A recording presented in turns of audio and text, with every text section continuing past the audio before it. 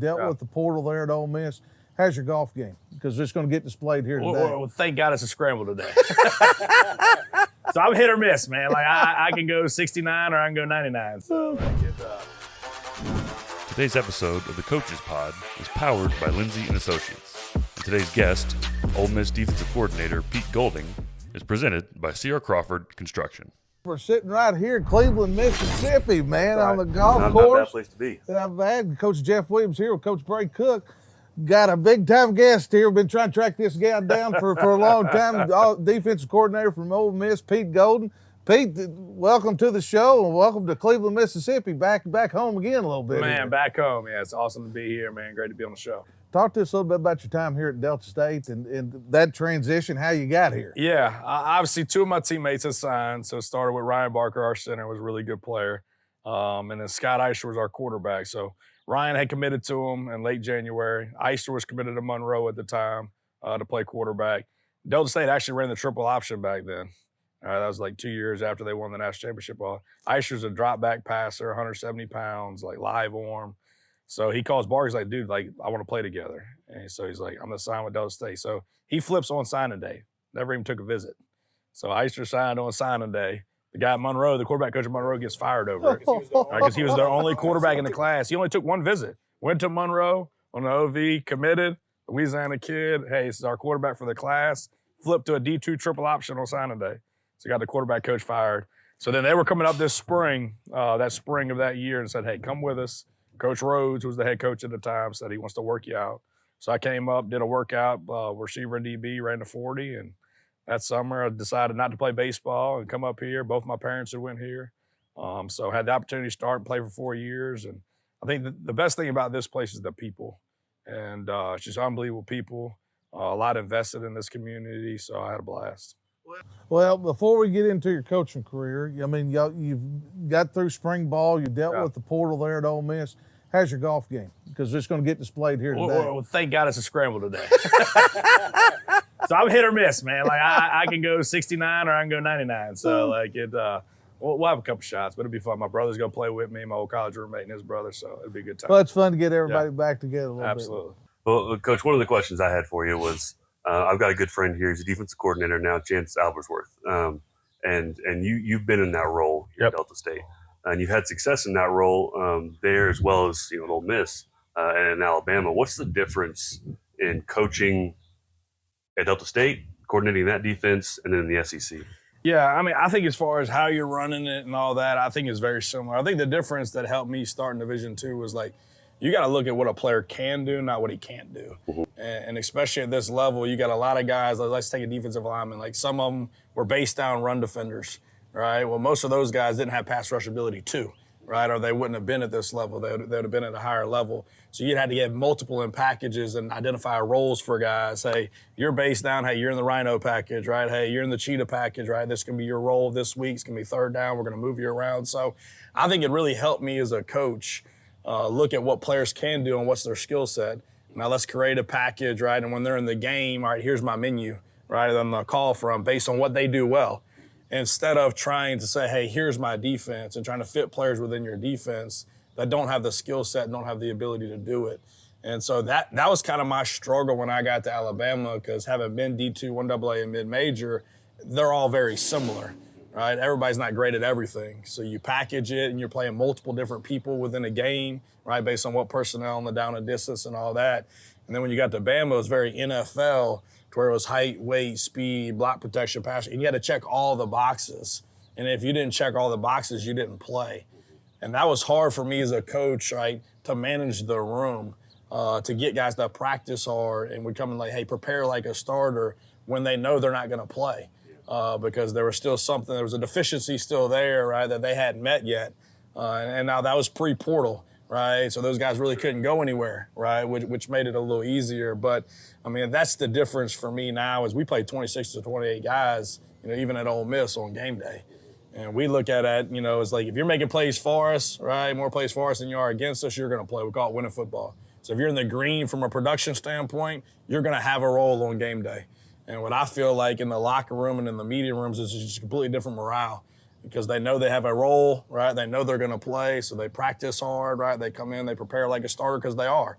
Now, it can be one of 10 different packages, and it might be 12 plays of the game, but they know what their role is, and they know they're going to play. So I think being at this level really helped me do that, right, from a package standpoint. But I think at the end of the day, I think regardless of the level, the players want to get coached hard. I think they want to get held accountable. You know, I think what's been lost some is people think you can't discipline players and coach hard like, you know, we did growing up and all that. And I think it's bullshit. You know, I think that's what they want. And we don't hide that in recruiting. You know, we're very upfront in a recruiting standpoint. Like, we want guys that are tough, competitive, wired the right way, that love football. And if you're not, you shouldn't come here, you know, because most of those guys say, hey, I want to get to the league. That's not easy.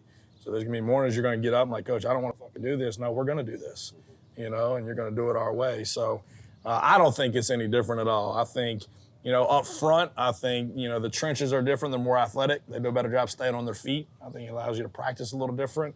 I think in the skill positions, it's really just height more than anything. Yeah. You know, I mean, even this conference, we had some battles with elite players. You know, they're just 5'9" instead of 6'2". Yeah. But they can still run. They got twitch. So this was one of my favorite conferences to coach in, to be honest with you, when the Gold South was the old Gold South.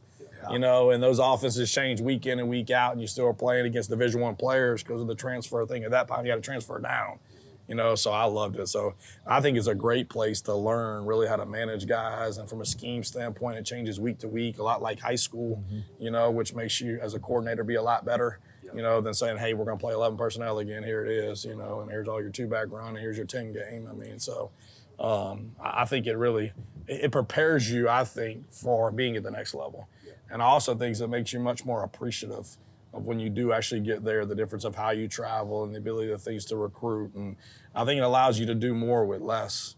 You know, when I first got to Bama, like, we had all these analysts. I'm like, Coach, what the fuck do I tell them to do? Like, what do they do? I mean, like, you know, I'm used to being in the weight room and being academics and walking guys to class like we all are, you know. So that was a tough transition for me.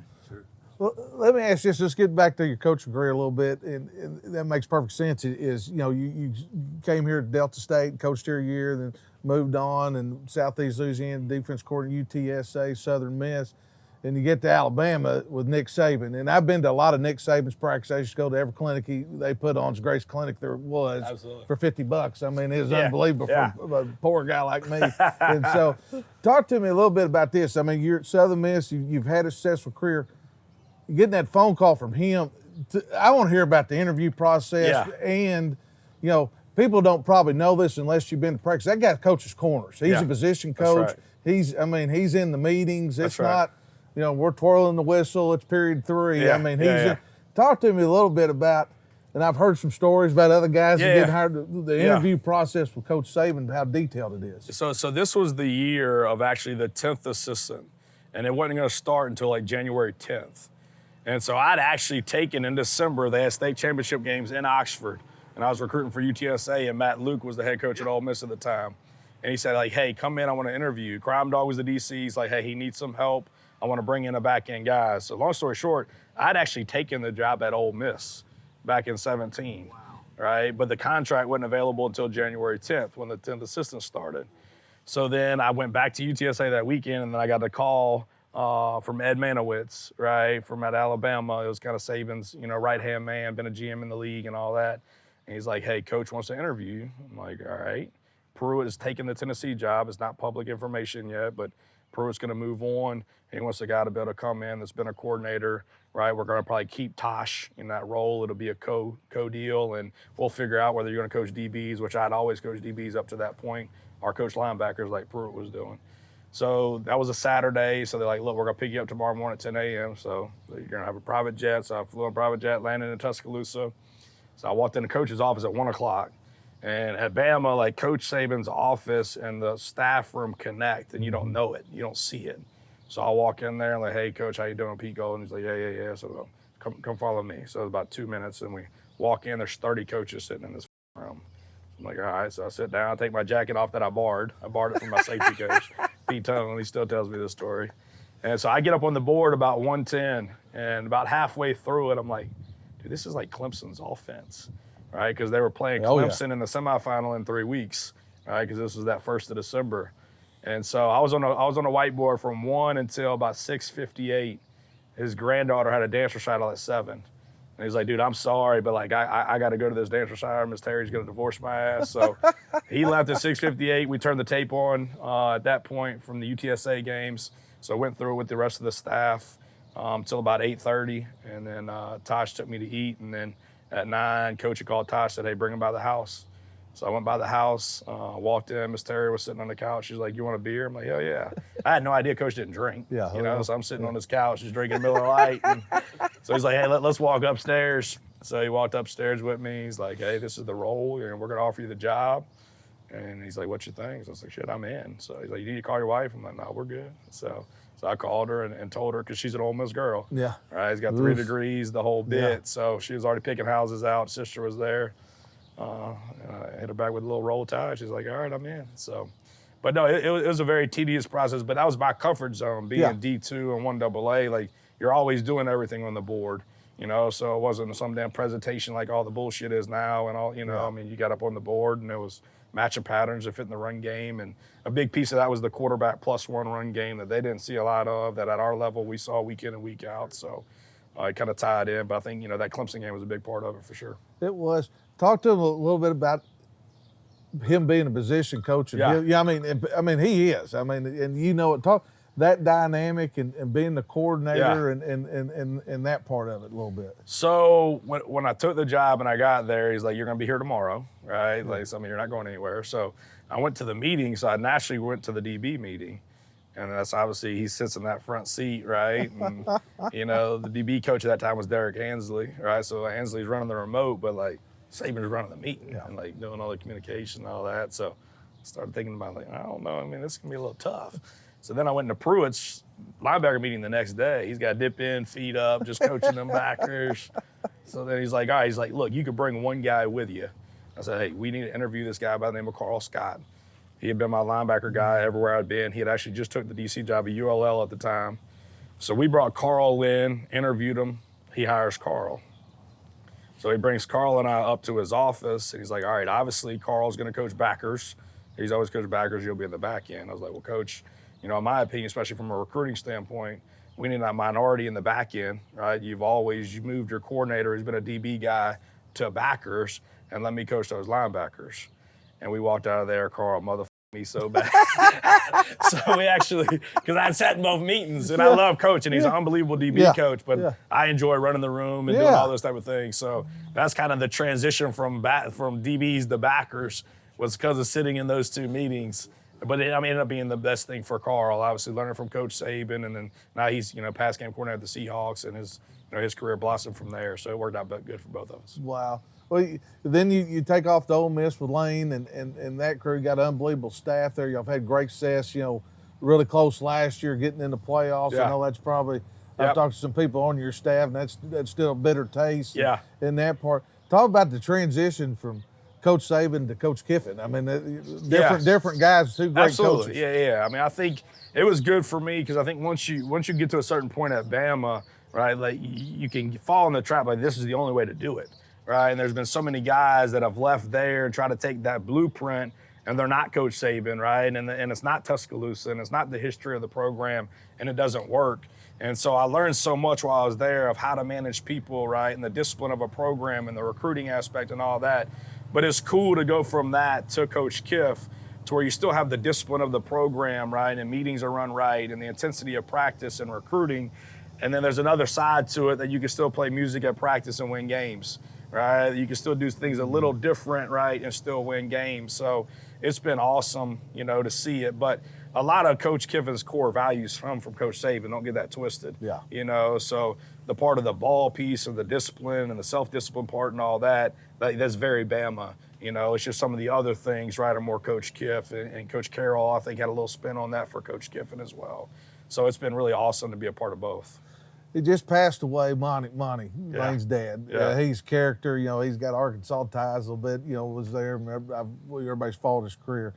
Talk to us a little bit about your time with him. I mean, what a cool guy, but so much knowledge defensively. Yeah, man. I think if I wouldn't have coming from Coach Saban, like, there'd been a lot of nervous energy being around him, right? Yeah. Like, I mean, the Godfather defense and Winter Tampa 2 and all that. But I think being in front of Saban every day, obviously, he's just ball is ball. Yeah. And so he was awesome when I first got there, transitioned into a new system. So we were on the whiteboard every day. And Just the story times I've had with Monty were just unbelievable. And the guy's never met a stranger, give you the shirt off of his back. So I really enjoyed it. I was around him, about a year and a half right there. And obviously that was towards the end of it. But to hear the stories and be a part of it and all that, something I'll always remember. What a wonderful guy. So we were sitting here talking before a little bit about, Arkansas's situation coming in next year.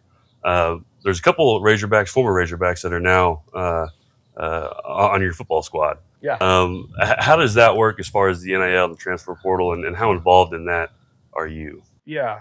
I mean, obviously, very involved. I think now retention is the biggest deal, and obviously, I think the portal is good for two things. I think, number one, the old bait and switch of recruiting, like when we played and they tell you certain things to get you, right? And then it's not that when you get there and then you can't leave until you graduate. I think there's a little more honesty in recruiting. I know that's a tough word, those two going together, but like a little more than it has been, I feel like, as far as at least some of the issues going into it now, right? Because if you learn about them when you get there, you're going to leave. And then I think from a scheme standpoint, I think that's the big deal right now, and I talk about it in recruiting, is like, if you look at the last 10 years of the draft, there have been two schools that produced the most defensive players, and it's been Bama and Georgia.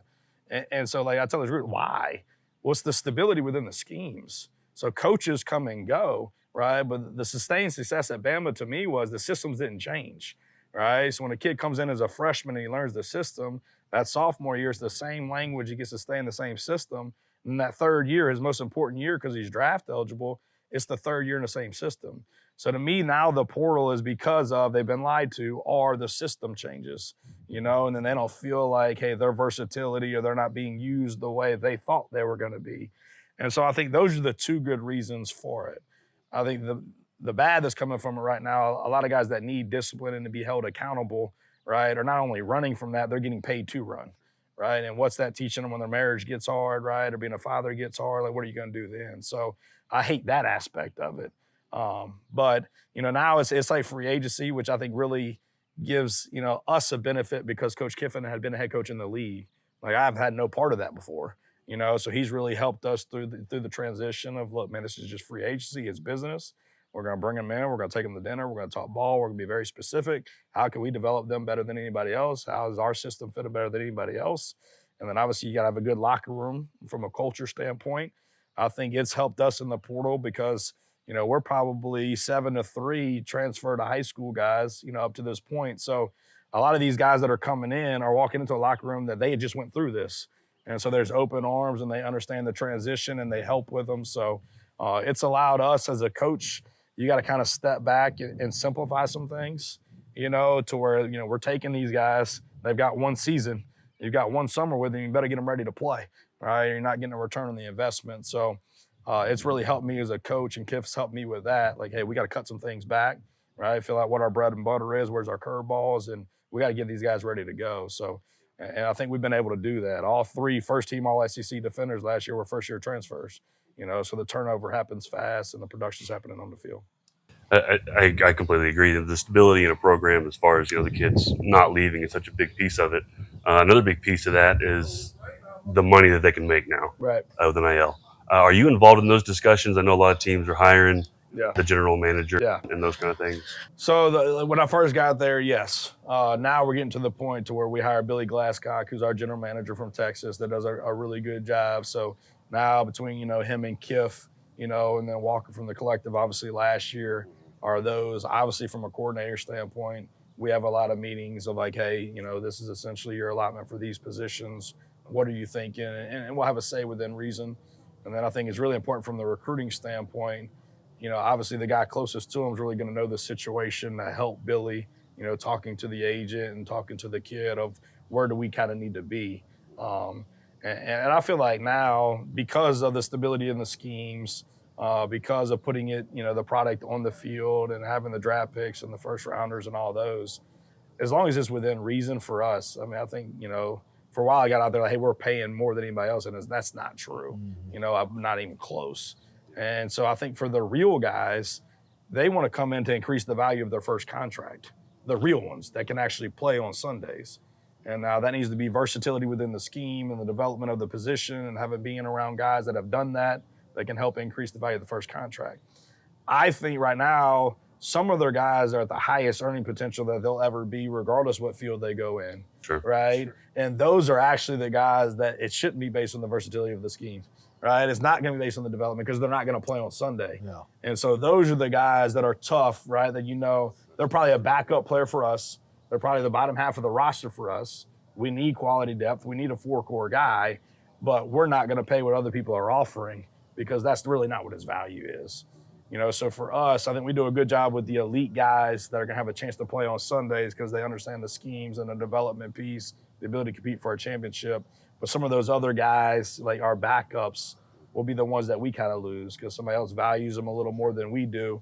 And I understand from his point of view, from a business aspect, because I'm going to go make more money than my first 10 years of my real job. And that's true. Yeah. So that's hard to argue with a guy that actually doesn't have ability to play on Sunday. But we've been able to counter a lot of it for guys that actually been able to play on Sunday, talking about the value of the first contract and playing in this system with this development is going to get you drafted here compared to here. And over 4 years, you're talking about significant money. Yeah. Well, you talked about that, and you were at Alabama, and you talked about Georgia, putting more people in the league on defense. And they used to stack guys. Right. I mean, right. guys was going to sit around and wait, 2 years and get his a year playing, maybe go to the league. That's it's hard to do anymore. What do you see the difference? The portal's made an effect on that. I mean, do you think it'll ever get back that way where it is stacked up? Yeah, I mean, I think there's probably about 3 schools right now, in my opinion, in college football that can look a kid in the eyes and be like, hey, you're 3 to 4 years while you're here, your system's not going to change. Yeah. And to be honest with you, I think it's us based on the reason of why I took the job and not taking another job based on my family situation. I think it's Georgia because that's Kirby Smart, right? Obviously, they're not firing him, and it's his defense. And then right now, I think it's Oregon with Dan Lanning. Yeah. Same concept. It's his defense, right? And they're not going to fire him. Anywhere else you look at, there hasn't been stability on the defensive side of the ball. Yeah. And they can't look at them in the eyes and actually tell them that. And so I think it helps us from a recruiting standpoint. Like this last class, we signed 16 high school players just on defense, right? Because of that. They know they're 3 to 4 years, right? They're going to have stability within a scheme that's had success, that put guys at the next level. And I think it was tough for us originally my first year because you're showing them Bama tape, right? You're showing them Bama stats or UTSA stuff. But now having done it and leading the SEC in defense and leading the country in TFLs and sacks and rush defense, now you put the product on tape here. And so I think we're in a really good spot to build it foundationally from a high school standpoint, which we all want to do, right? To get them in the system early, right? Get them used to the language, right? And the culture and everything like that. So I think there's very few that have the stability to do that. I think everything else is plug and play and trying to build on free agency, and you're not building, a program, you're building a team, and that's year to year. So I think right now we got a pretty good mix of both. I think this class that we just signed, really good foundation high school, plug and play some transfer guys. I think we're at the right spot right now. Well, you nailed it. You're not building a program anymore. You're building rosters. Yeah. I mean, it's just like it's NFL kind of model in that part of it and everything. You're an alum here. Yes, sir. You're familiar with the area. Yeah. We're not. Where do we need to go tonight after this tournament? Where's the spot to eat? What's the ins and outs of Cleveland? Yeah, man. So Crawdads is an awesome spot. So it's a steak seafood spot right outside of town. Really cool venue. Backdraft downtown, right? Really good menu. Don't kind of feel like you're in Cleveland. If you want to sit on the porch and watch the playoffs, Hey Joe's got an awesome back porch, good beer menu. No liquor. If you're a liquor guy, no liquor, but beer menu, And then so some of my establishments are gone now since I've been in college. Probably a big reason for that. And then the Cotton House is pretty sweet. They got on the 4th floor. That's where we're staying. Yeah. So they got a bar on the 4th floor, right, with a balcony kind of overlooks the town and stuff like that, and really good menu in there too. So a lot of good spots. Now, what about Oxford? When we go visit Oxford, where do we need to hit down there? So depending on what you're in the mood for, I think Lenore's is an awesome little Italian steak spot right on the square. Bourrée, really good. They got the grill house on the corner. Just redid the upstairs. Awesome. One of the better steak restaurants is Tico's. Started in Jackson, was a branch from Ruth Chris, same family, right? And now they put one in Oxford, which is an awesome steak spot and all that. There's so many, dude. That's the one good thing about it. Now, I try to stay off the square. I stay away from it, but y'all probably be funkies, get you some pizza, daiquiris, right? Head down to the library. Yeah. You'll remember going, you won't remember leaving. But it's a good spot, though. Yeah. Well, these are the hard hitting questions. That's right. That's why we got to get the information. People need to know, Well, let's get back to ball a little bit. Yeah. You guys, y'all right there last year. I mean, Yeah. right there, a lot of people thought you should have gotten playoffs. It didn't happen. Well, this playoff thing, I think, is a great deal because the SEC is so tough. That the people that finished third or fourth, they got a chance to win it. Ohio State, you look at them last year. Right. They didn't win their conference or whatever, and they Yeah. go on to win the national championship. What's the mindset over in Oxford right now? You know it's going to be a tough road in the SEC, but the getting that playoffs and make a run, you're knocking at the door right now. Yeah, I mean, I think the big thing for us, to be honest with you, is not focusing on the playoffs. Yeah. And I think last year, we got to control what we can control. And that's where I probably changed about 10 years ago. It used to be like defensively, like, hey, we're going to hold them to less than 3.3 yards per rush, right? Less than 5.6 yards per attempt, 70% on third down, all the stuff we grew up like, hey, you need to check all these boxes. What I hate about that, you could do that and still lose the game. Yeah. Right? So like us defensively, right, it's our responsibility to outplay the opposing defense, right? Meaning if they get 5 turnovers, 3 ain't good enough. We got to get 6, right? I mean, if they got 10 third down stops, we need 11. Right. So that mindset of the spot the ball mindset and to outplay the opposing defense, in my opinion, cost us 3 games last year. Everybody talks about it. Yeah, you held them to 13 points. Well, we only scored 10. We didn't win the game. Yeah. And we control that. We don't control how we get on the field. We control how we get off. And, all 3 of those games were up with under 3 minutes to go in the game with the ball, and then we get on the field with an opportunity to get off the field on 4th down in all 3 games. Yeah. And didn't execute when we had to. Now there's a lot of games that they did, but they got to understand in this league the consistency of that, right? And the elite teams are going to do it when they have to.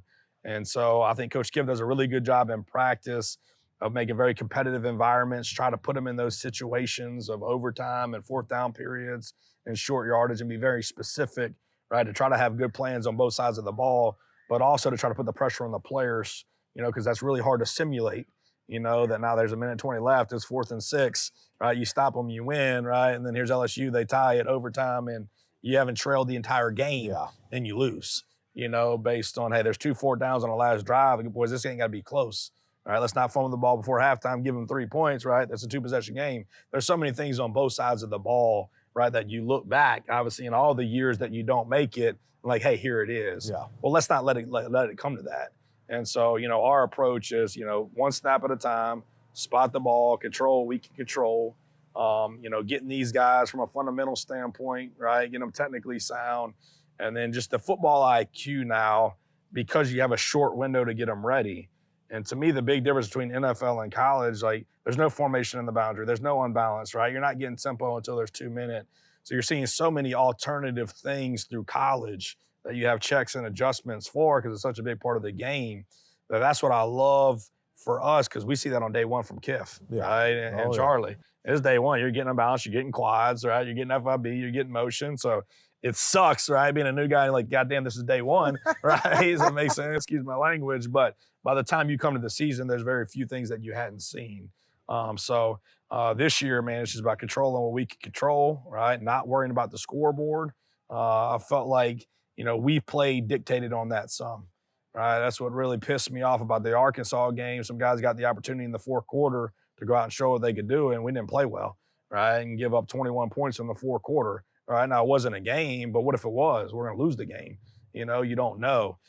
Same thing in the Duke Bowl game, right? I mean, we got them to 6 or 7 points with 5 minutes left, and then, what are we doing? So I think right now, just the mindset of spot the ball mindset. We don't care, parking lot, playground, playoffs, man. We're here to compete, right? And you're here to do your job. And so I think that'll be a big part for us. You hit that, and you pretty much answered the question for my next question. Is Coach Kiffin likes to go for it on fourth down a lot? And we could say, and I coach, we all have been around it, is nobody says it publicly, but a lot of defensive coordinators going, God, this guy, the head coach, and I've been on staffs like, they punt the ball, whatever, What's the mindset? Because that has to be talked about in your room. Like, that's going to happen. We might not make it, but we can change the whole outcome getting on the field. And you kind of answered that question, but talk to us. I mean, you got to be prepared for that because he might go forward on his 4th and 2 on his own 30. Right. I mean, and he doesn't just snap that up. I mean, there's analytics involved. And absolutely. Is that talked about before? 100%. And I think he does a really good job in front of the whole team. Like, in order for me to go for it on 4th down, Coach Kiff to go for it on 4th down on the minus side of the field, that's because he has complete confidence in the defense.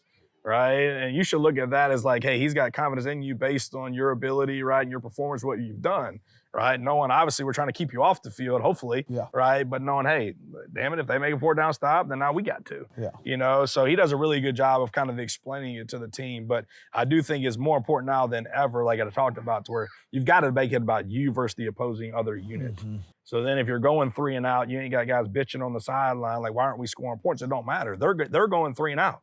Right, we got to answer. It ain't got nothing to do with the offense, So I think that mindset really, really matters. But obviously, from a coaching standpoint, we always come back like, hey, damn, a punt's a good play. Right? I mean, one of the better plays in ball, right? But it changed for me of opposing offenses. Even if they weren't risk takers coming into our game, they're going to be based on how we play the game. So that really changed, got to have it downs and the preparation. I got to have it downs from a coordinating standpoint. Like, you're coming into a game, they might have went for it once on 4th down all year. They're going to go for it multiple times just based on knowing we're going to do it.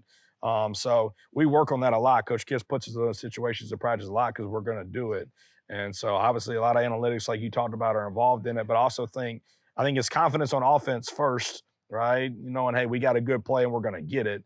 But then I think there's another piece to it. It's like, hey, we can put them out there. Let's go make a stop. Let's hold them to a field goal, right? And more than not, right, we'll win because of it. Yeah. Are you on social media? I mean, I'm not a big social media guy, no. That's true. Well, there's a big discussion going on right now across all platforms. You've been to a zoo. You've seen the silverback gorilla. I mean, yes, sir.